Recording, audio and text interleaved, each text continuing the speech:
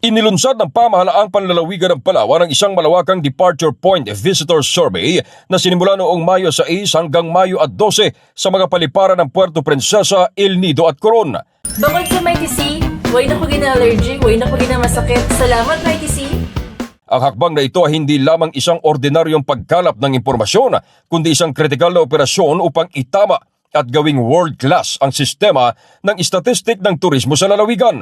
Sa pamamagitan ng direktang pakikipagpanayam sa mga domestic at foreign tourist, layunin ng Provincial Tourism Promotion and Development Office na busisiin ang bawat detalye ng karanasan ng mga bakasyonista mula sa kanilang ginastos hanggang sa haba ng kanilang pananatili. Binigyang diin din ni Provincial Tourism Officer Maribel Bunyi na ang proyektong ito ang magsisilbing pundasyon ng mas matatag na pagpaplano sa pamumuhunan at marketing ng Palawan upang makasabay sa pandaigdigang pamantayan. Sa tulong ng Civil Aviation Authority of the Philippines at mga lokal na pamahalaan, tinitiyak ng systematic random sampling na ang bawat datos na makukuha ay magiging sandigan ng pagbuo ng mga polisiya.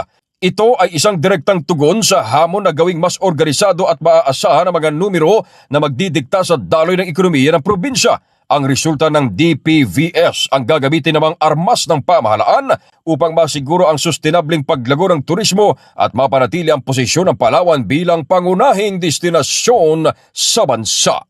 Ito si K5 Ray Almudal para sa Impilang Kampiyon sa Balita, Serbisyo Publiko at Kasiyahan sa Palawan, K5 News FM. Bukod sa Mighty Sea, way na ko gina-allergy, way na ko gina-masakit. Salamat Mighty Sea!